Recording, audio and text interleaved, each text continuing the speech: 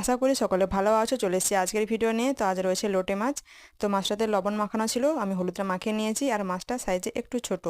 তো চলো রান্নাটা আমি করে নেই। তো আগে পেঁয়াজটা আমি ভেজে নিচ্ছি লাল লাল করে। তো তারপরে দিয়ে দিচ্ছি রসুন বাটা, আদা বাটা। আদা রসুনটা হালকা করে একটু ভেজে নেব।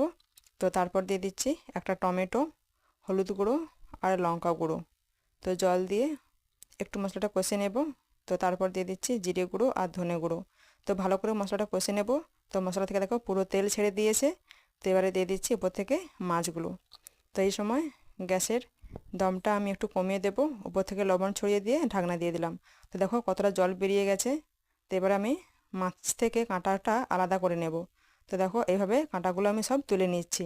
তাহলে কি হবে, এইভাবে রান্না করলে মাছে মানে খাওয়ার সময় কোনো আর কাঁটা মুখে পড়বে না। তো দেখো পুরো জলটা আমি শুকনো করে নিয়েছি। তো রেডি লোটে মাছের রেসিপি। যদি ভালো লাগে অবশ্যই চ্যানেলটা